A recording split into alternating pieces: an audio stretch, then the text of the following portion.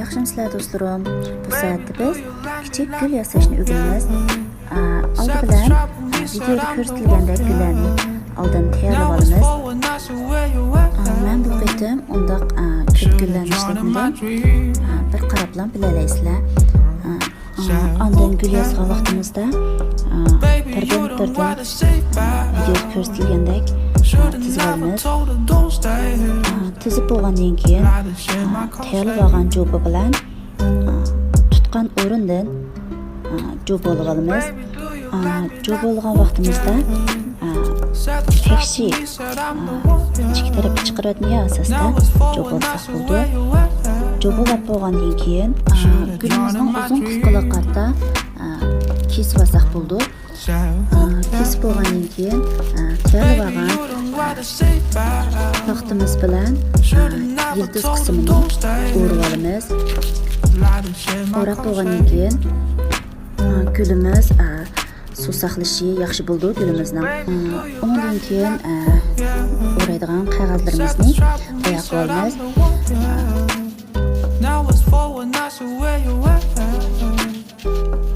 Odatda bunday qog'ozlarimiz necha xil bo'ldi. Suv tegib ketsa bo'lmaydi. Shunga shu ishlarga diqqat qilishimiz kerak. O'rg'an vaqtimizda qog'ozimizni o'ng so'l qarshi yo'nalishda qo'yib jo'ba olib olamiz.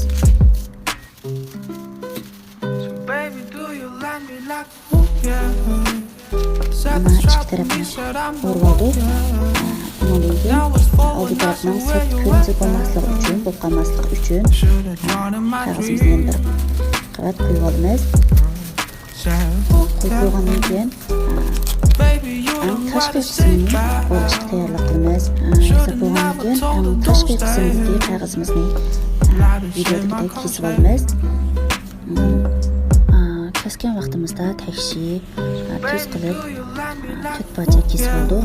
Agar yetmay qolgan qismiga yana qog'ozimizdan kesib tayyorlasak bo'ldi.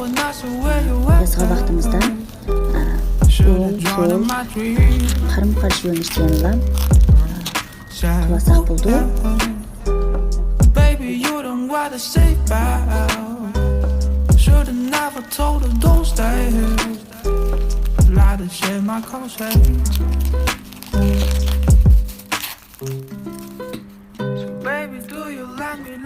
Men bu qitim kichik gulimizga bir butun qog'ozni 4 parcha bo'ldim.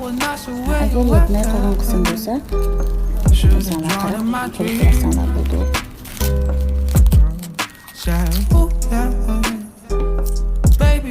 Ondan oldi qismga kelganda bir tarafni qatlab bo'lgandan keyin ikkinchi tarafga o'rib qog'oz qatlasanglar bo'ldi. Qatlash usuli boshdagiga o'xshamaydi. Intayin oson tasavvur qarab o'rganib olasizlar. Bir taraf shunga o'xshash qatlandi.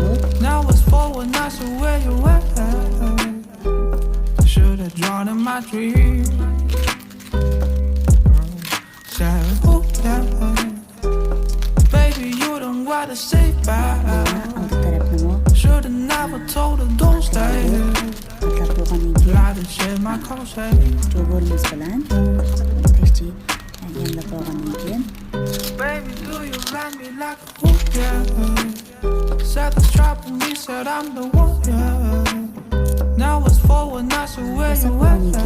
jibimizni ilib chiroyli bir chigvasak gulimiz bitadi. Bu chigishni intayin oson.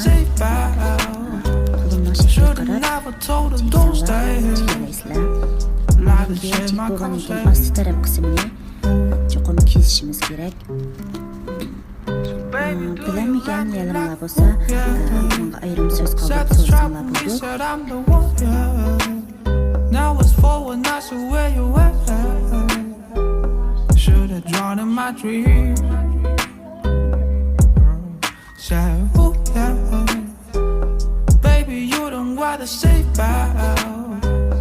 Should've never told her don't stay here.